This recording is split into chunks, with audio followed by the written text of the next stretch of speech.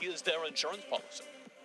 Having this, the Yasuo come through, you know, it's a surprise here for KDF. They looks like they want to try and pick some early pressure and some early aggression. I'm looking forward to see how that one plays out, especially when you have Golden Fee on the opposite side. And I want to flag the quick switch they did at the very end of the draft there. Golden Feet gets the Aurelia because they want to give Renekton to Noel. That's a response to seeing the Akali. Renekton very deadly in the opening levels of lane, very good at surviving against the Akali. It's a really solid pick for that matchup. And I'm going to flag that top side of the map, as we talked about coming into this game, as the Des talked about as the most important thing here. How does Golden Feet play? Is Golden Feet able to get down onto that Yasuo early, shut them down? Is Golden Feet able to boost Noel out ahead and shut down the top side of the map? That's BRU's path to victory. And see, that's kind of the point that I wanted to try and bring up earlier. The Des has mentioned it before as well, but Golden Feet was previously a marksman player, moved over into the jungle role for the past couple of splits now. We need to see his performance coming into this, how he stacks up against his opponents as we go into game number 1 between KDF and BRU. Man, Grandin, I'm excited to watch some good Wild Rift. Yeah. This could be a very, very good This game. is already a very good start to the match, TJ. These drafts just, I have hope, I have delight. Triple V's down to down to like 40% HP. He's going back to base. He's going to miss a little bit of EXP in the bot side. He's playing Varus, though. He'll be fine. Sure. The early levels, I think, in the bottom side are the most exciting this is going to get. There's going to be a little bit of poke out from Acrobat and North. Archony. Wow. Doing a very good job here, Cheru. Managing to punish Archony. We have mentioned this, the idea that Singed has been played in the mid lane more as of late. But of course, we've seen a lot from Noel as well. So could have gone either way. Looks like they will want to try and just bring the Singed into the mid side. So I want to talk a little bit about the kind of dreams of these compositions. For KDF, they have so much late-game assassin damage that the biggest kind of scare for them is if they get put behind early and can't keep up. As some trades happen across from both sides, just trying to deal with their opponents. Let's talk a little bit about what happens here for KDF as they have tried to maintain a very strong front, pulling ahead with some strong pickups, but very mechanically intensive champions across the board. Yeah, so that's those assassins I was talking about, the Akali, the Yasuo. The thing with them is they're pretty worthless if they can't one-shot their opponent, right? All those picks need to be able to get into the front of a fight, find an instant kill, and then get out of the fight. And they have some targets to go for. Right, but if they fall behind in gold during this early game, if their full combo doesn't find a kill, then the entire game plan is bust. So KDF need to have stable early lanes. The good news for them is that BRU are not historically a team that's going to pressure them a ton in lane, and that's why they've drafted this style. BRU, I think, do have the opportunity to get that pressure, though, and it comes from the two players we talk about so much when we talk about this team. It comes from the top lane where they have that Noel on Renekton, and if Noel can leverage the early game of Renekton, find a couple of picks, maybe you put the Akali so far behind that you don't get that late game threat. And on the opposite side, you put the Jess playing Thresh, who is the quintessential fight finder support.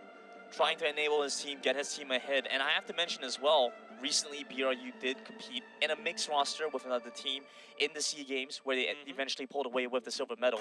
I want to think going into this one, they've come in, refreshed, prepped again for the latest patches, and hoping to bring this one to a good series against KDF. Yeah. KDF, I think by contrast to BRU, who've been around for a while, I was going back and I was looking actually at one of the first casts we did together. It was this morning. I don't know why, I was feeling nostalgic. Sure. And BRU United were one of the teams who were casted back then, all the way in Season 0 for SEA.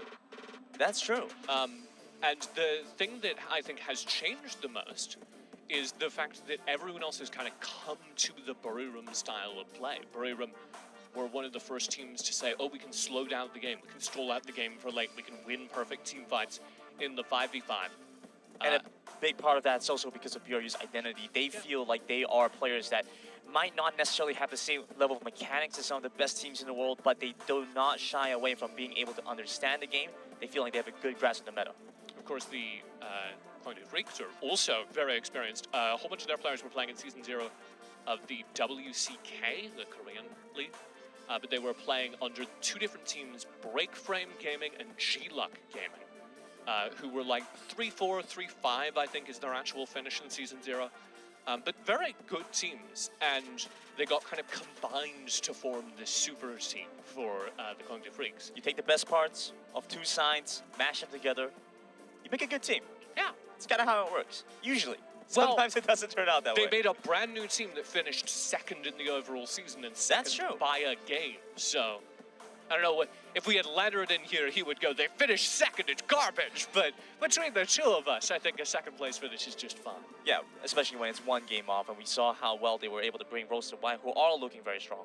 And that's kind of a conversation that we've been having about the Korean teams, is Roaster Y did very well, obviously, at the Horizon Cup. They look very competitive internationally. But how deep does the Korean bench go? And a lot of the Western players that I've been talking to have been telling me that they think Roaster Y is kind of the only good Korean team and everyone else is bad. And I have to say, I'm a bit of a KDF fan. I think their team fights are remarkably good. They play very differently from Roaster Y in that way because they are so focused around those late game 5v5s. Look, I'll go on and say, I think KDF is the best team fighting team in Korea. Really, do you say that yourself? Yes, I'm saying this right now. I think KDF is the best team fighting team in Korea. Right? I think that Roaster Y does a lot of things better than KDF. That being said, KDF does a lot of good things as well, and one of the best things that they do is team fight. And we have a little bit of that in other regions as well. Where I sure hope so, TJ. Good team fighting will get you. Good team fighting will get you like 90% of the way, and the top team is the one who understands how to avoid the team. Of course. And I think that's definitely the case over in Korea. Roaster Y, very good at when they play KDF, avoiding those late game 5v5s, pressuring them in the side lanes, and kind of the only times that goes wrong are when KDF are able to reach the hyper late game. And honestly, if you are joining us in this point of the broadcast right now and you're wondering what's the difference? Yeah, you are in a pause, but what's the difference? What's coming into this series? Why is this series one of the best in the play-ins? Well, KDF, we've talked so much about them. We've done a bunch of research. Cheru, their mid laner, has been a staple in the mid side, but he's been someone to facilitate the rest of his team. Now, an aggressive option, pulling out the Yasuo against Archony. Such a different look from KDF. And this is a preview of one of the, I think, most interesting rivalries of this tournament as well. Because everyone's talking about the WRL, the Chinese teams. They are going to be the best. That is kind of indisputable. And there are a couple of teams from every region that might be able to compete with the Chinese teams. That will remain to be proven. We'll kind of be waiting for groups, I think, to get a really good idea of that. Right. But the most interesting matchup is SEA versus Korea. Because those two regions, the WCS, very good historically in mobile esports. Korea, not as big a name in mobile esports. And so they've brought in all this expertise in PC League of Legends. They've brought in this tremendous esports infrastructure. And they're using that as a way to kind of subsidize for what the SEA region has, which is this tremendously rich history. BRU United have won world championships in other mobile titles. There is so much experience specifically with phone games in Korea, or in SEA. In SEA, yeah. That I think there's like this very tight pack right now between the two of them, chasing it, nipping at the WRL's heels. Absolutely. I mean, look back towards BRU in the WCS finals. They were in a very close series in a best-of-5 against the ultimate victors of the WCS finals, Team Flash, nearly bringing them down to the lower bracket, 2-3 in the end. That was the most games anyone took off Team Flash. Like, Team Flash waiting in the group stage, we're not going to see them for a while. But that was the most games anyone has ever taken off of Team Flash over the course of that bracket. And you have to keep in mind, Team Flash going into this one, into the WCS finals, did not lose a series in their regular competition. They were looking so dominant. They completely took control of the stage the moment they stepped in. Once on the WCS final stage, they were incredibly dominant, and it was BRU that was ultimately able to challenge them. Yeah, but not beat them, so that's why they're here. Yeah, that could be said for both sides. True. I do want to give you an update. We just heard from production that we are swapping out some equipment on the stage to make sure that the match is as competitive as possible. We obviously want everyone playing their ideal game here at the international finals. As it should be. So it'll take a moment, but I think we're getting it sorted. There's no question as to what the issue is or anything. Look at that! Wow! That's me! I did that! All you had to say was we're switching out the equipment, we're back. Give me a thank you, TJ, in the chat. As as we go back into game. Couple of things that we want to watch out for. Let's go back and hit those points again. In case you've forgotten, it's going to be that top side, the Noel-Maru matchup. It's going to be between the jungler, between Zeki and Golden Feet, and we already have to start to see Charu moving in to start dealing damage against the Irelia, maybe pull away the Scuttle Crab. And so much of this early game is going to be pretty quiet. Here's your exciting bottom lane. Well, I'm not sure if this is how exciting this is supposed to be. It's quite a scrappy fight. A couple of spells used. But it's on the other side of the map that we see first blood happen for Maru. And that is disastrous. Noel counterpicked the Renekton into that matchup. The dream was being able to beat Maru at their own game. He dies in the top lane, simultaneous to VVV being forced to reset for the second time in lane. Yeah, Triple V is having a tough time here in the bot side. And I said that kind of the dream here for BRU is they're able to make a dent during laning phase, slow down those assassin carries. Grandin, on a scale of 1 to 10, how much slowing down is happening? This is pretty slow. We've got road bumps, we've got speed strips. It's slow down. On the mid side, a nice pickup here onto Ashini. Another pickup for KDF as this is becoming just dangerous for BRU. They need to try and trade back. Dominus popped here, but Maru still has a flawless execution, so a lot still to be done here for the Akali. Yep, really scary. So KDF now find kills in mid, find kills in top. They get the resets in mid and bottom. And that's just going to mean that there's no way for BRU to participate during the early game. What are they waiting for? Well, when you get late game, very scary. The Renekton's going to be big and the Aurelia's going to have to count. So, Golden Feet, I guess it all comes down to you. Here is the kill. Golden Feet actually went for the recall right on time, and Noel drops to the Ignite in the end.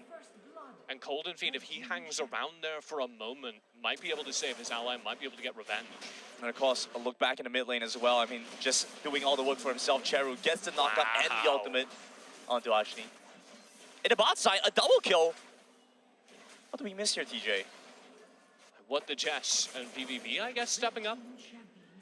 But a big problem here for Noel as Maru's starting to ramp up. Were you asking me about the assassins on KDF speeding up or slowing down? Was that what you were asking me about? Yeah, and they're speeding up. Okay.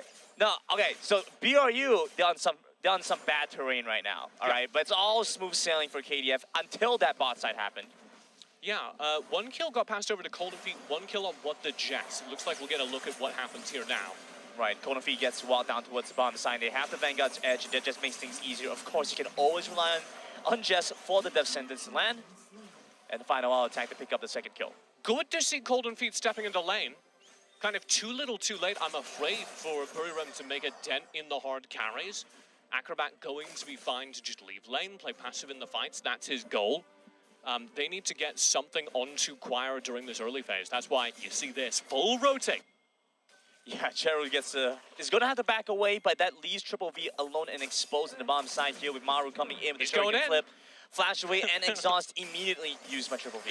VVV walking all the way back behind his second turret. Miles away.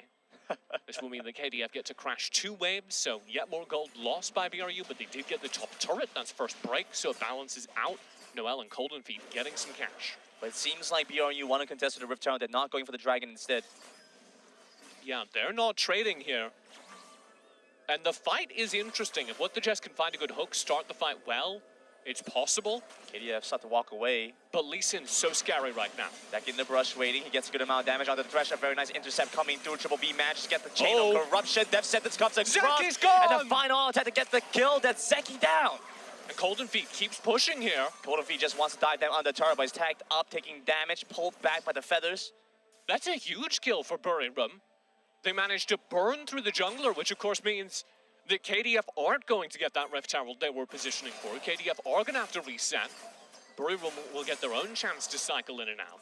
Not so easy here for KDF to pick up the objectives. I think KDF have just started it again. There's no vision here, but they will see Acrobat going up to it, so BRU know what's up. Here they come. They have the Scuttle Crab on top of the shrine, so BRU start to walk in again, looking for the re-engage entry back on for the fight. Getting knocked back, Archie does not find his entry and go in. Spike comes through, Zeki still gets a Rift Tower, but he goes down in the process. Now they're looking for the second kill. Archie takes a lot of damage quickly. Ignite comes across from Maru, but BRU managed to walk away. Only Zeki dead. KDF still okay with that. Zeki, the early game presence. An interesting choice here by Cheru. He's going to get tagged out by what the Jets. A beautiful chain of corruption out from Triple V to take down the Yasuo, and now onto Dragon. And this is huge now that they've killed the Yasuo. Chera, a massive part of KDF's late game. BRU could turn immediately down and take the Dragon. They get to pick up the Dragon to get to walk to the bot side, looking for that second turret. And I think that undoes everything that had been skewing against them. The gold lead now in BRU's pocket off of that cross-map play through the top lane and a series of good team fights in the middle of the map. Here's the Rift Herald summon as KDF try to get some control back. I mean, it is the Varus. He might be safe, but there's only so much he can get done against 3 members and the Rift Herald in the mid side. But team will trade, so it's a mid turret for a bot side turret. Top side, Archony in a spot of danger. So, we were talking a lot about VVV, who's looked really good in this game so far. This is his first stage game with the team, but it's not his first stage game with What the Jess. He played with What the Jess previously on, I believe, Invade Esports. Right. Where when What the Jess came to this team, then they needed a sub because their regular Dragon Laner couldn't come. Bring in one of his old teammates, and you can see the practice. VVV, a huge part of those team fights, landing all his arrows, playing very well. I will put this out again, though. Noel in a difficult spot. We can start to see the impact of losing lane early. Yeah, and he's just trying to get away with stuff he can't get away with. So aggressive there, out of position in the river. There's no way for there's no reason any top laner should be positioned like that. Oh my goodness, again, almost takes down Maru, gets the death sentence initially, but not able to get the follow-up crowd control. Top turret does fall during that time. KDF grabbing the bottom turret. And this kind of pressure from What the Jess is coming out as we expected. He's being the leading edge of this team. You can see him harassing Zeki in the jungle. Oh. And all of this just makes it harder for KDF to play their scaling game, and it gives BRU opportunities to take fights. One thing I'm worried about, though, KDF still have that ticking time bomb. The Yasuo, the Akali especially, but also Acrobat playing the Xayah. All these characters are going to be so strong in the late game that BRU need to be making more of a dent than trading even right now. And we see how well KDF is able to activate those champions when they do find some good fights. Unfortunately for them right now, BRU still have that early game advantage with a number of the champions that they have. Strong crowd control, good hook. But not enough time for the rest of his team to follow up with, and that seems to be the issue here for BRU. A very slippery escape by Zeki, stays ahead of the chains of corruption, which were blown there as well, so VVV doesn't have hope. We're looking for a re-entry angle here from Ashni on by the top side. Trying to get his way into the river, but not able to make his way in, forced off. So much of this game coming from What the Jess right now, leading the team on the map, and letting Archony on this Sin shift into that very supportive role. He's playing the side lanes, he's getting clear. Oh my, flash in from What the Jess, gets the Ignite down as well, finds the catch onto Nov. Maybe a hunt onto Zeki, but it's gonna be difficult chasing after the Lee Sin. What an incredible play from What the Jess, and they're still hunting.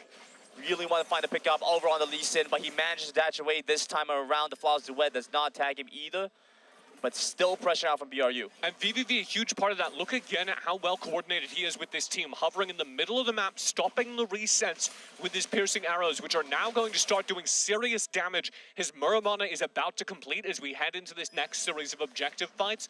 VVV will be a threat, and BRU need to protect him and set up for those big combo plays. Land a hook onto somebody, stun them for a year, get the kill. And Triple V, despite the rough start to the game, is now reaching that power point like you've mentioned. And so as they start to fight around the Rift Herald again, something to watch out for. It's Rift Herald controlled by KDF. Likely claimed by them as well. Archony on a long flank and waiting to see if he does something. He just resets, they'll give it. A little too far, a little too long. Yeah, too much flank. The sides is not worth it. We do have Hullbreaker Noel trying to subsidize his disastrous early game, and it's gone pretty well. You can see the gold difference skewing back towards his team, but also him as a player. Noel has just been sitting in the side lanes farming up. An interesting position here from Archie now, trying to fight the 2 versus 1. Gets tagged here, final chapter comes across, but a flash away from Archie. Still keeps him safe for now. Really good flash. That's very dangerous, and he's able to flash out of the final chapter, making sure that the slows don't land with the perfect timing to escape. But the resummoner is burnt on the side of KDF to look for the kill on the top side. KDF don't get anything out of it. They do kind of rebuff the efforts of BRU for a moment, though. That pickup of the Rift Herald is going to be critical because it gives them a tool with which to fight around this next dragon. They can summon the Rift Herald, force BRU to pay attention to that Rift Herald, and take a fight while they're split. That's the KDF dream, because again, they don't need to win right now. They need to last until Yasuo gets big. That's going to be around his third item, currently at 2. Once he completes his third item, he'll be really scary in these team fights. So KDF just want to last, they just want to buy time. A few more seconds on that Dragon. BRU in position to take control of it, but at the same time also want to shove in the mid wave. And for them, it's so much about Acrobat right now. He is their team fight. He's not doing as much damage. He's shorter range than VVV. But if they can position him well, he can win them a team fight. He's far away, and it's going to be difficult to get into the fight, especially with Jess there, but the death sentence was used a little earlier. Dominance coming in from the well as well, but they do not have the entry into the fight. Anjani is going to be the one to look for it, but forced away for now. The well finally gets to come in as Acrobat jumps in, finds the damage that they need. He's going to continue making good work on the Coden feet. A second pickup kill, but Zaki goes down and trade back on the Chiru in the mid lane. BRU want to fight back, but it's an equal trade across the board. What a team fight. Both junglers killed. That means this Mountain Drake is just going to be vibing for a moment longer, granted. And that's what happens when Acrobat's able to put out damage. We saw him fight in the choke point into this jungle. He got some good damage down. BRU forced away. Arrow. They just need one more piercing arrow from Triple V. Goes wide in between both targets, though. This piercing arrow is starting to hurt Muramana completion as I threatened, but yeah, absolutely. Acrobat, the other side of that coin in those fights, both AD carries delivering. And watch this opening combo, the final chapter with the knock-up from the kick, and Chero just cleans up. Massive Last Whisper. That's what you want. That's the dream. And if he gets his damage online upon the completion of third item, those are 2 kills. That's 3 kills in the middle of the fight. He's not there yet, but he is getting there. And of course, while he is starting to hurt, while Triple V is starting to hurt now, physical damage or magic damage, the biggest one is psychic damage, TJ. True. But I will pitch this. KDF, if you're on their team, that's a good team fight. We're not trying to win. We didn't need to take that Mountain Drake. We just need to stall it out. And being able to bring it to a later part of the game helps them so much more here. BRU did get that Mountain Drake eventually, but it took yet more time. It bought yet more space for KDF to scale. Trying to isolate Cheru here as they make their way down to the bottom side. The Flame will not manage to land for now, but Noel eventually claims the kill credit for that one. His patience pays off. That's it, buddy. That's kind of the opposite of everything we were just talking about. Chero needs to be the carry. Well, I mean, if I was Cheru here, okay, I would take psychic damage from that. I was by that brush for a very long time. It was waiting for me. And Noel just sat there, waiting for it. You need to know that. You are the carry. And here we have it, trying to force an engage over onto Acrobat, but Ashley's being slowed down by the Feathers. It's pulled back. He takes damage out from Zeki. They take down the mid-side tower. The shield coming through from Jess to try and keep him alive. But here we have the flank from Maru. He goes into the shroud. Konofi left alone, and a triple coming out for KDF. And Maru picks up 2 of them, a clean flank, weaves through the back of the fight, but Zeki starts, and KDF present alternative carries, and instantly turn on to this Baron. Baron started up, they have the damage to try and pick this one up. Jess the only one still here, teleport coming up from Konofi, but a response coming through from KDF as they teleport into the pit as well. Into the pit? What the Jess? What are you doing? He's going into the pit right now. Noel's coming in. They need to try and fight for this. How is Jess left alone for so long? They ignite onto Jess, but he gets the kill onto Maru. Noel starts to walk in, does not have the dominance, but Baron's been reset and is still alive at this point. One more second on Conan feet. The teleports need to come in now. Buying time in with the teleports into the back of the pit, into the side of the pit, but they get in, and the Vanguard's edge finds them that first kill. The second comes in, and now it's Acrobat going down in a prime gaming ace and a triple kill out for BRU. Golden Feet TP's in the fight after what the Jazz stalls it out for so long, and they find a triple kill. Archity soaking the entire team fight in damage. KDF wiped for 20 seconds. That could be game number 1. I don't know if the waves are in position, but they're going to be able to take an inhibitor turret. An express path for the bot side, but they split up the attention to the mid lane and the bot lane. Maru's back. He needs to save the team for 10 seconds. Fortification will be up, so it's going to be difficult to finish off the game here, but 2 inhibitors nonetheless. BRU back off, take the 2 inhibs.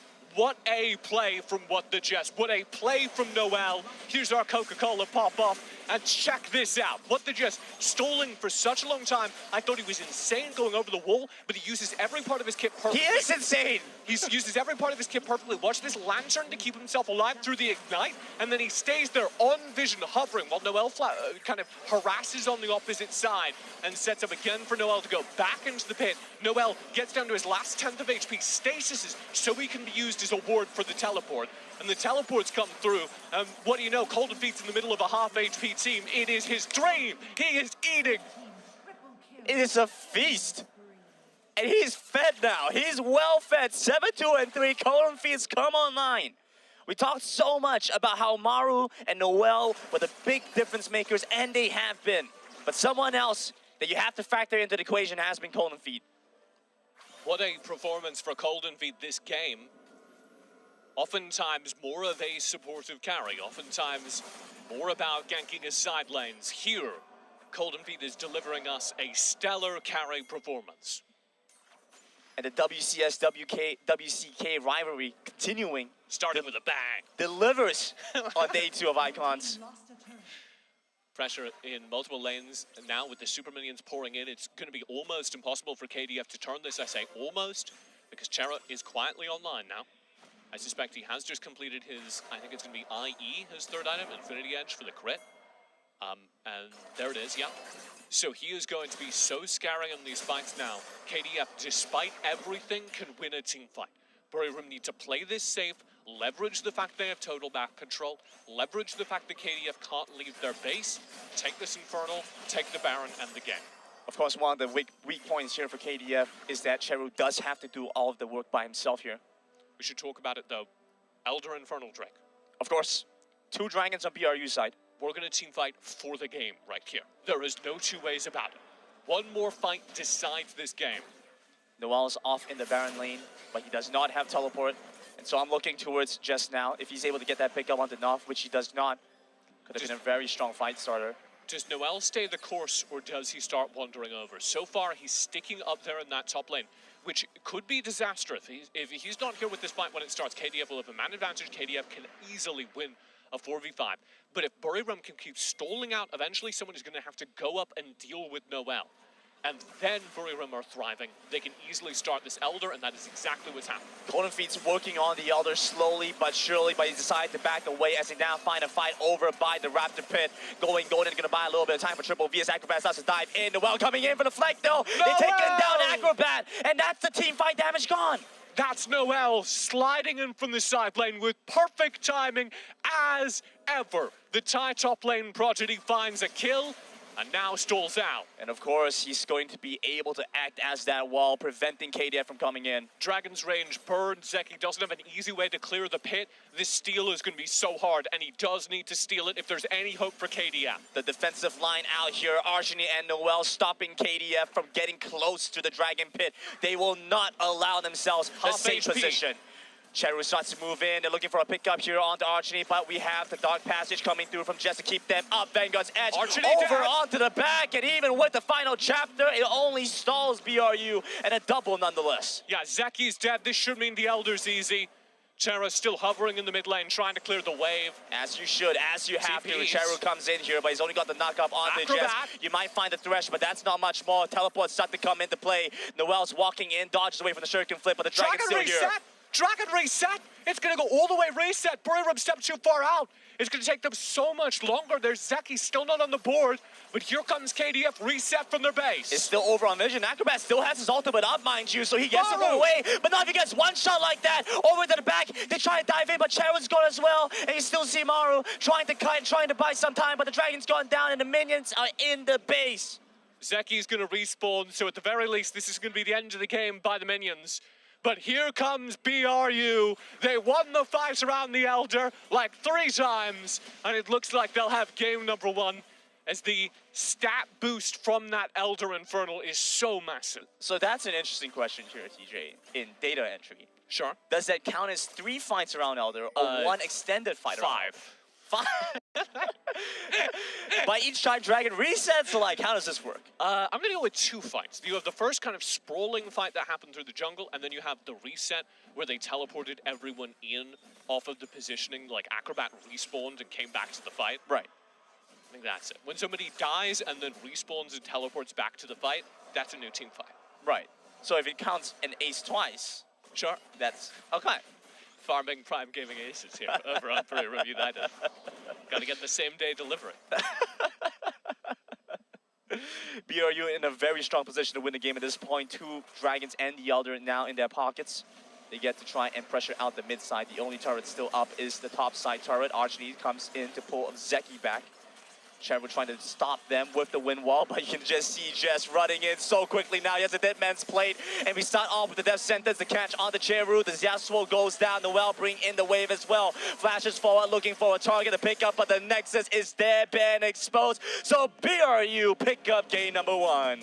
What a win for the WCS as Korea continues to look weak internationally. Look at Game this number face. 1 in the bag for a team that is glowing on stage. We heard them shouting all the way from where we are, which is like outside of the little stadium setup by, I would say, 20, 30 feet all game. I don't know They are what- shouting, they are yelling, and they earned that win. I can't do feet, so I'm just gonna go, yeah, sure, 20, 30 feet, sure. How many meters? I figure we are at least like 8 to 9 meters away.